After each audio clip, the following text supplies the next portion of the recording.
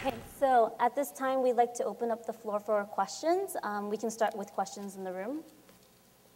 If there's a particular product that we're considering using in the future because it's marketed as green, we want to verify that against what our current practices are. Can this online software do this, or is there a way that we could quickly ascertain that before we make a decision on which product we want to go with?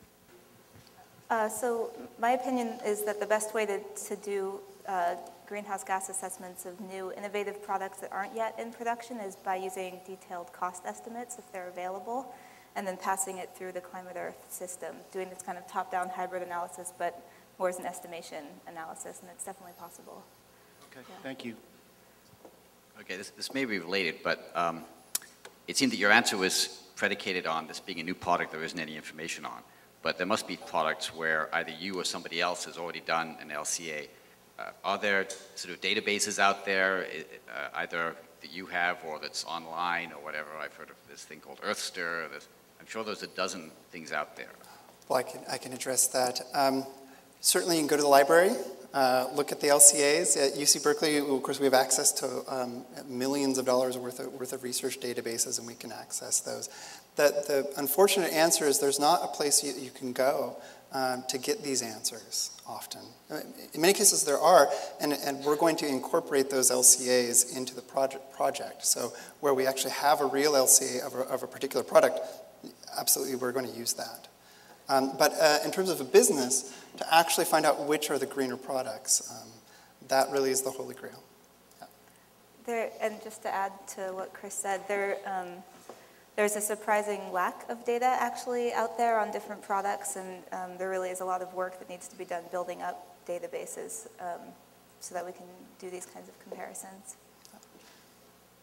I think what I'm hearing from a few individuals, and I think what I'd like to also hear clarification on, is what are the next steps after we've completed this actual initiative, this collaborative project?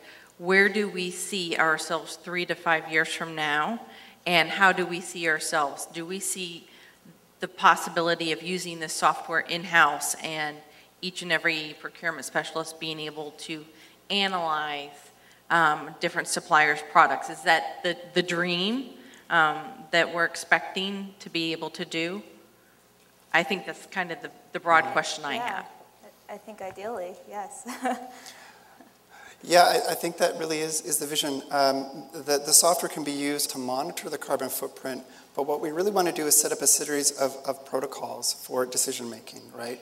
So if we are able to identify a different product, and we just taking the location example as one, is PG&E going to institute some sort of preferential treatment for products that are manufactured in California?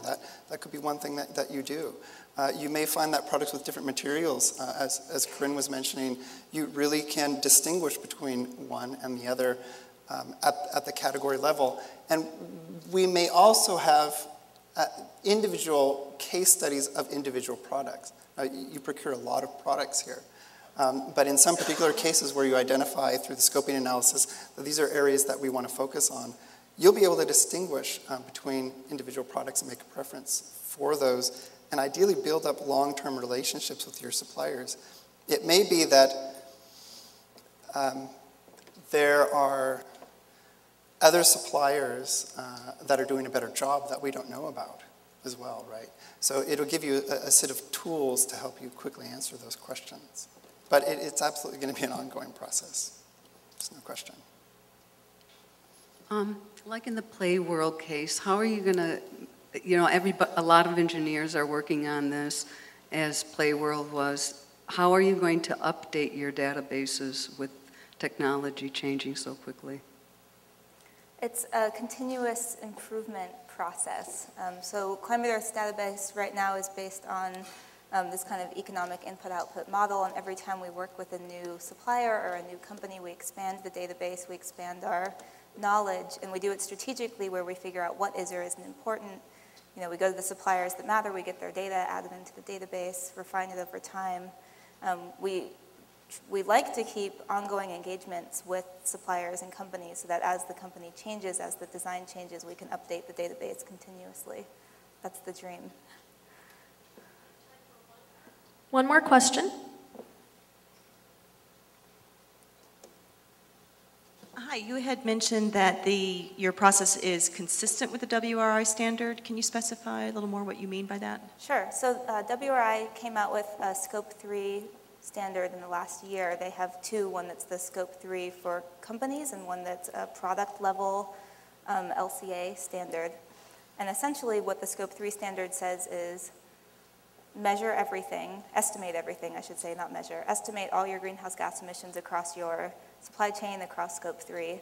Use some kind of a hotspots screening process, and they don't specify what that is, but the method that we use is consistent with what they would like, and then go do refinement where it's important. It's just, we were so excited to see it, it fits exactly with what we do. Great, thank you.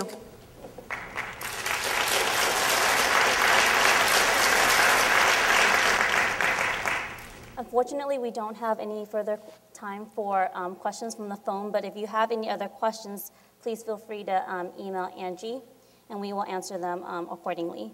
So in closing, I'd like to thank everyone for taking the time to come in or dial in today. Thank you so much to Angie for organizing this event for Supply Chain University. I would also like to thank all of our speakers for their insight, knowledge, and support on this initiative.